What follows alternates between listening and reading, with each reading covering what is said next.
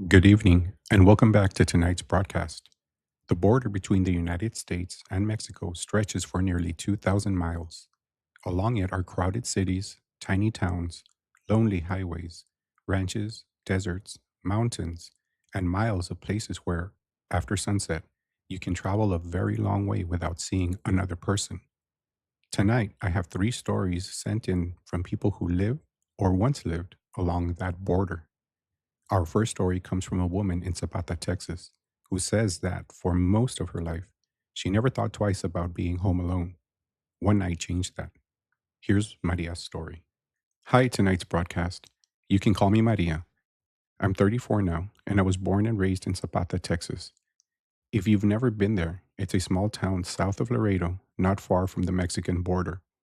Growing up in a small town, I always felt pretty safe. You knew your neighbors, you recognized vehicles. If a strange truck drove slowly down your street two or three times, someone noticed. That's probably why what happened to me scared me as badly as it did. This happened about 4 years ago.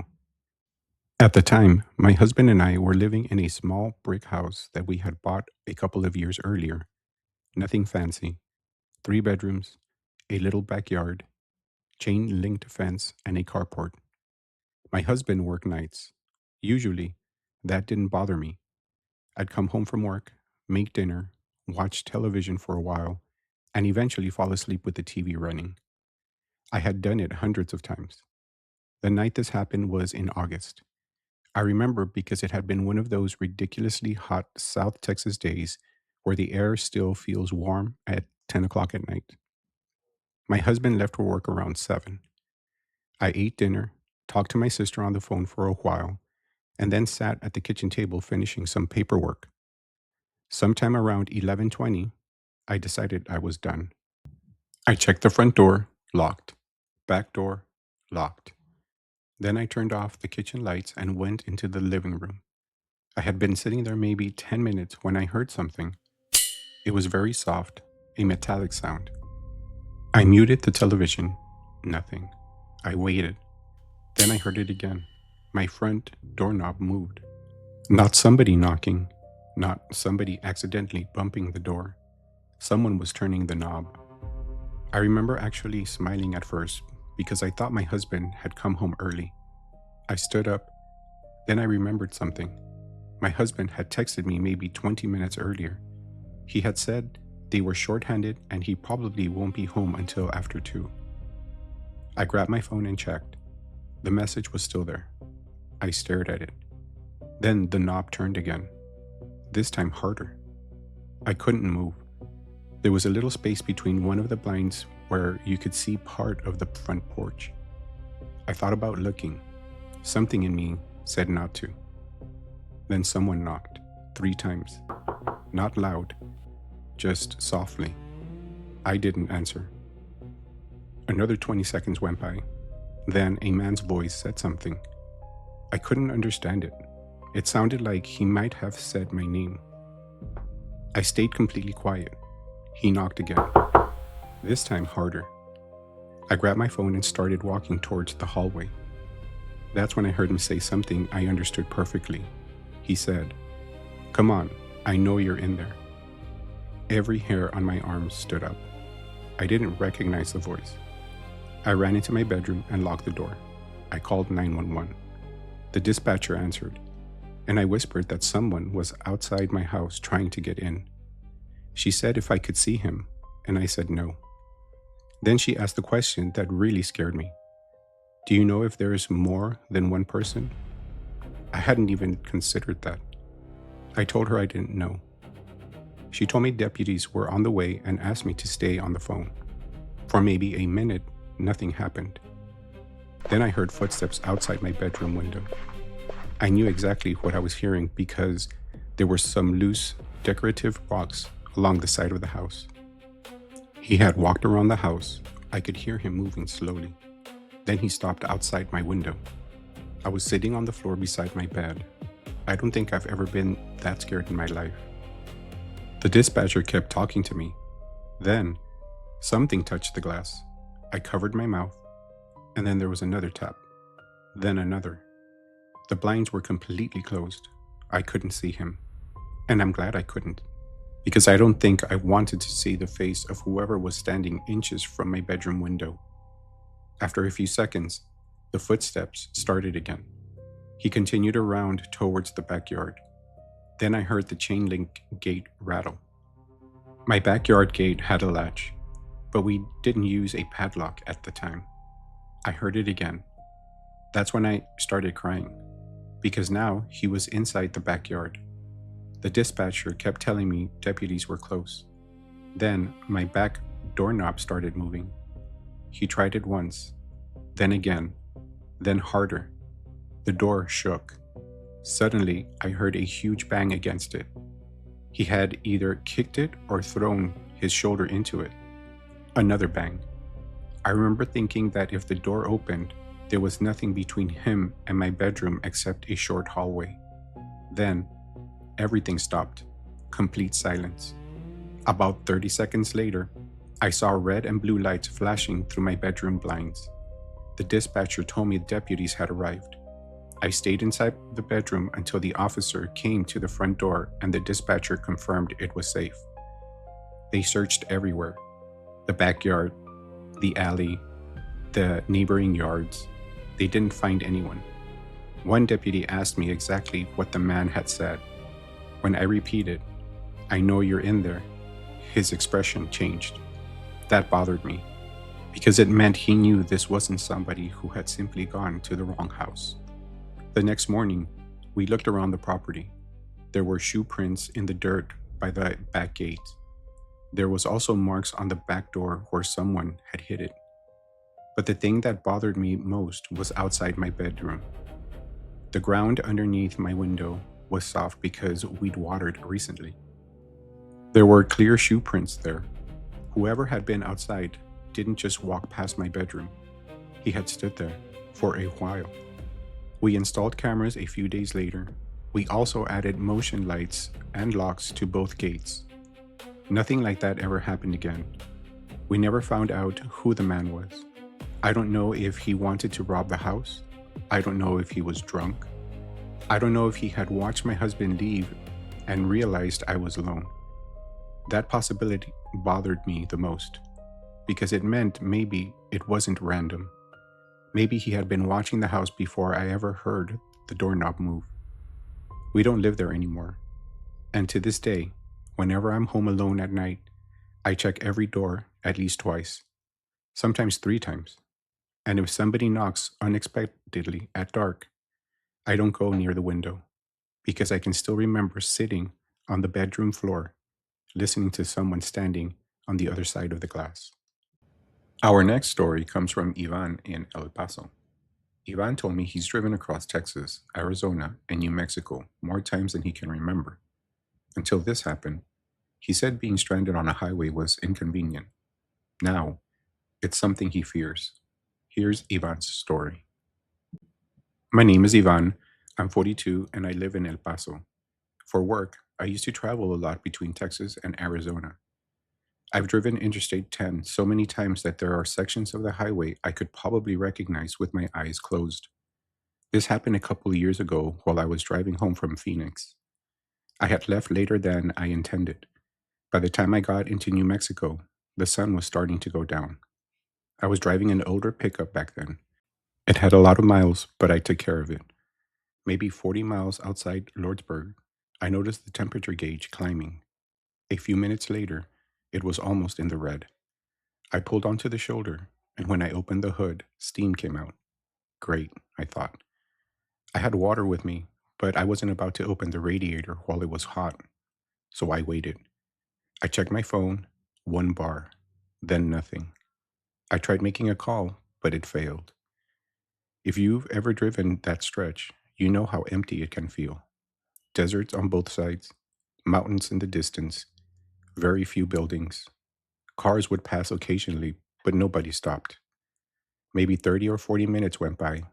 Then an older pickup slowed down. It passed me, brake lights came on, then it backed up. At first, I was relieved. The driver pulled behind my truck, and a man got out.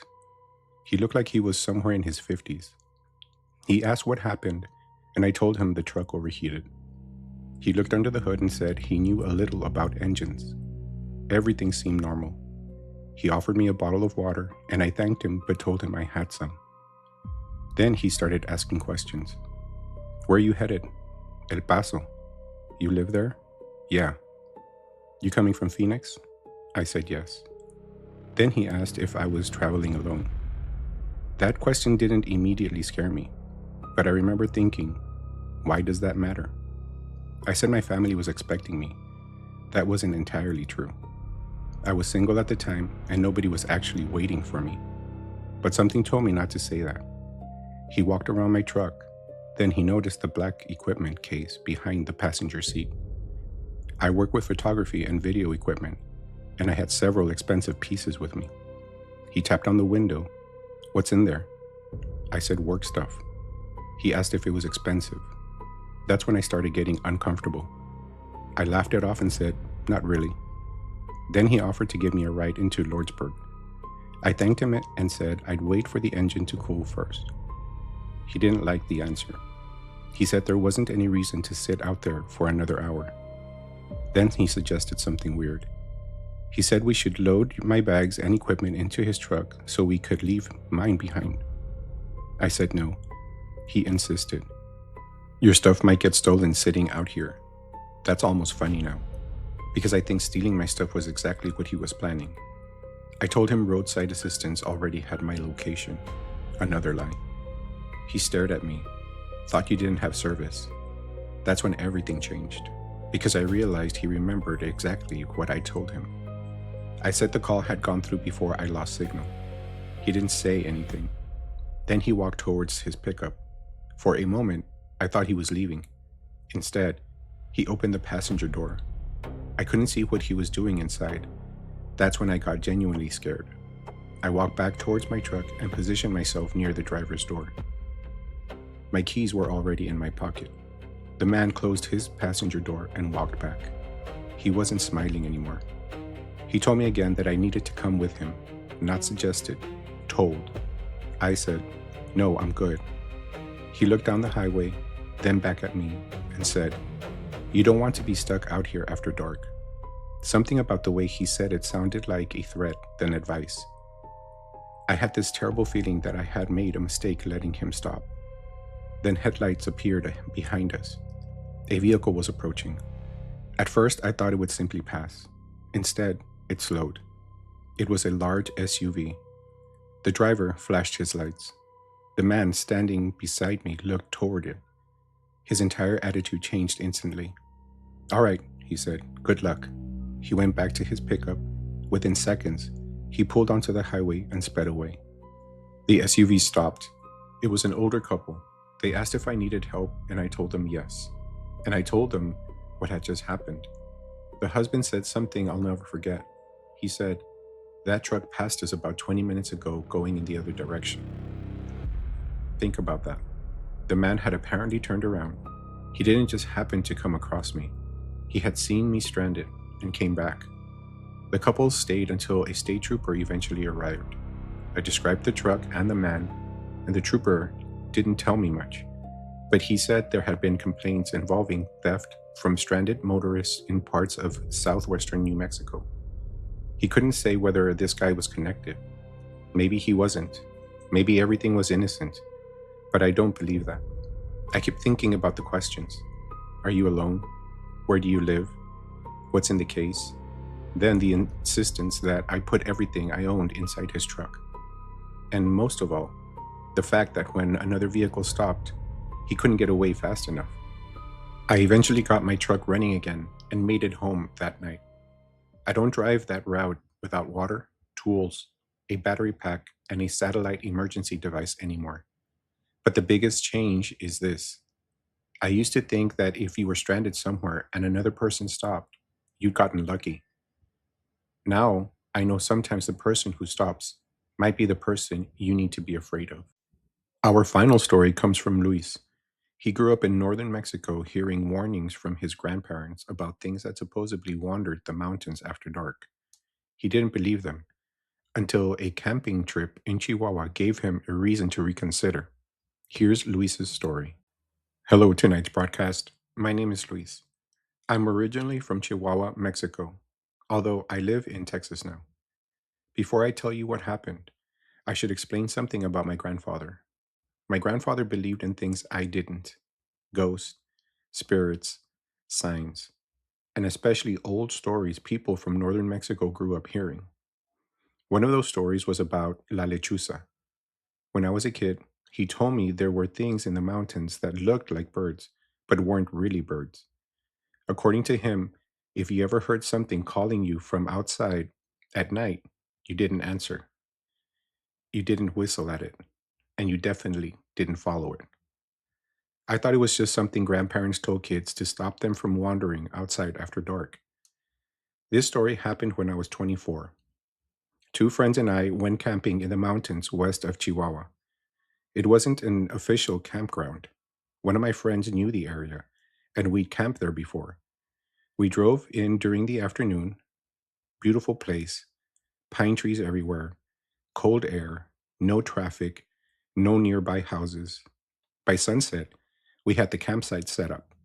We made food, built a fire, everything was normal. Around 11, the wind died completely.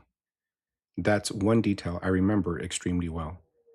The forest became unnaturally quiet. No insects, no branches moving, nothing. One of my friends commented on it. Then, somewhere far in the trees, we heard a whistle. Just one. My friend whistled back. I immediately remembered my grandfather. I told him not to do that. Of course, he laughed. He whistled again. Nothing answered. We joked about it and forgot about it. Maybe 10 minutes later, the whistle came back, except now it was closer, much closer. The three of us stopped talking. My friend called out, "Hello?" I told him to shut up. Another whistle came from behind us. That didn't make sense. The first one had come from the opposite direction. We turned our flashlights towards the trees. Nothing. Then something moved through the branches above us. Not flying, moving, branch to branch. We couldn't hear wood cracking. One friend said it was probably a large owl. I wanted to believe him. Then we heard it make a sound. I don't know how to describe it. It almost sounded like a woman crying from very far away, but distorted. Very wrong. My grandfather's story came rushing back into my head. I told my friends we should leave. They laughed at me. Then something landed in one of the trees at the edge of our firelight. We couldn't see it clearly. Only part of the branch moved. Then two reflective points appeared between the needles. Eyes. They were much higher off the ground than I expected. My friend shined his flashlight directly at the tree. Whatever was there moved immediately. The branch shook violently. Something huge went through the trees. But I never heard wings. That's what bothered me. If it was an owl, why didn't we hear it fly?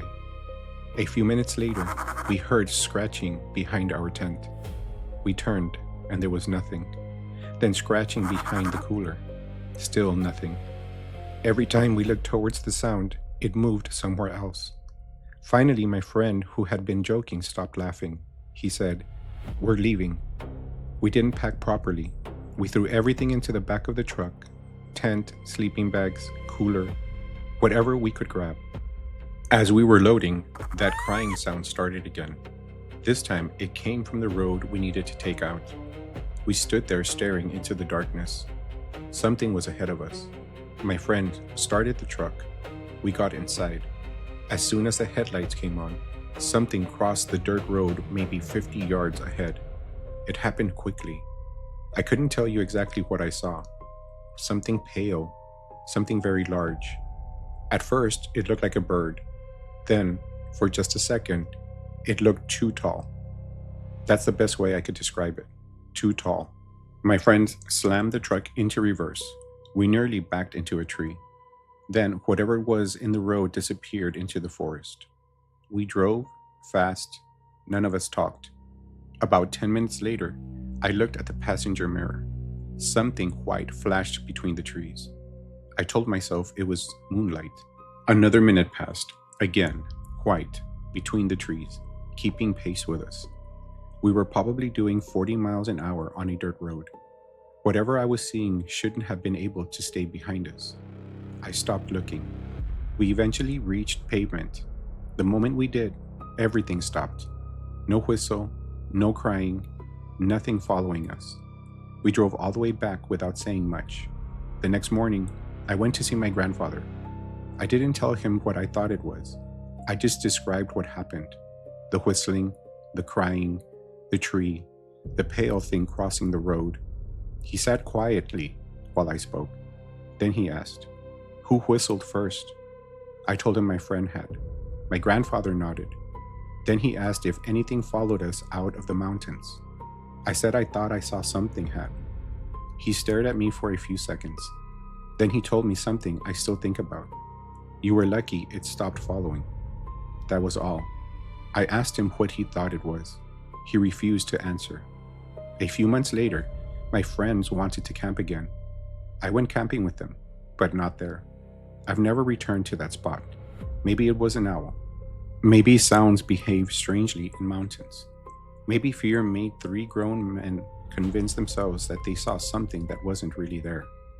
I've considered every explanation, but every once in a while, especially when I'm outside late at night, I'll hear somebody whistling somewhere in the distance, and I immediately go inside.